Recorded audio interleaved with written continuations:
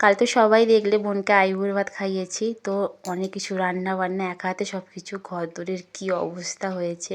বোনকে কিন্তু আইবুড়ো ভাত খাওয়ানো হয়ে গেছে, তারপরে রান্নাঘর ডাইনিং রুমের কী অবস্থা সেগুলি কিন্তু এখন পরিষ্কার করব। আমার রান্না করতে খুব ভালো লাগে, বাসন মাজতেও ভালো লাগে, কিন্তু এই যে গোছানো জিনিসটা যে গুছিয়ে রাখতে হবে একদম করতে ভালো লাগে না। কিন্তু কী করব, আমার সংসার আমাকেই কিন্তু করতে হবে। তো একবার ভাবলাম যে খাওয়া হয়ে গেছে, আমারও খাওয়া হয়ে গেছে, ভাবলাম যে খাওয়া গেছে একটু রেস্ট নিই। আবার না রেস্ট আমি কিছুতেই নিতে পারবো না যতক্ষণ না আমার ঘরটা আমি পরিষ্কার করছি। মাথার মধ্যে শুধু একটা চিন্তাই হবে যে আমার ঘরটা এত নোংরা হয়ে আছে, এত নোংরা হয়ে আছে, আমাকে পরিষ্কার করতে হবে। তো সেই জন্য ঘরদোর একদম পরিষ্কার করে তবেই কিন্তু আমি রেস্ট নেব। তো এই ঘর সবই নোংরা হয়েছিল, ছেলেদেরও কিছু জামাকাপড় বাইরে ছিল, সেগুলো গুছিয়ে আলমারিতে রেখে দিলাম। তো এই বিছানাটা একদম খুবই ঘেঁটে দিয়েছিল দুই ছেলে মিলে, এত বদমাইশি করছিল। তো সব ঘর এদিকে ডাইনিং রুম সব পরিষ্কার করে এখন এসেছি রান্নাঘরে।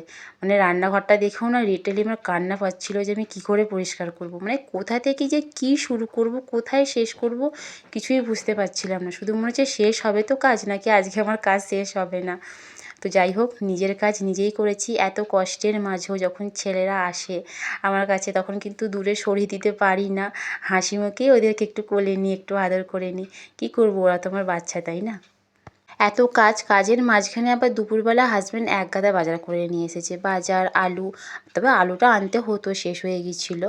তো বললো যে দেখো সেই পরের দিন সকালে আনবো, তবে তুমি রান্না করবে, আগে থেকে নিয়ে এসে রেখে দিই, তোমার সুবিধা হবে, তুমি তোমার মতো করে যখন ইচ্ছা পারবে রান্নাটা করে নেবে। তো সেই জন্য দুপুরবেলা বাজার করে নিয়ে চলে এসেছিলো। তো এইদিকে আমার সমস্ত ঘরদোর পরিষ্কার হয়ে গেছে। এখন তো ধোঁয়াশালার সময়, তাই বিকালে গা ধুলাম না। গরমকাল হলে অবশ্যই গা ধুতাম, আসলে আমার তো সাইনাস আছে, তাই শুধু ড্রেসটাই চেঞ্জ করে নিলাম। দেখা হচ্ছে পরে।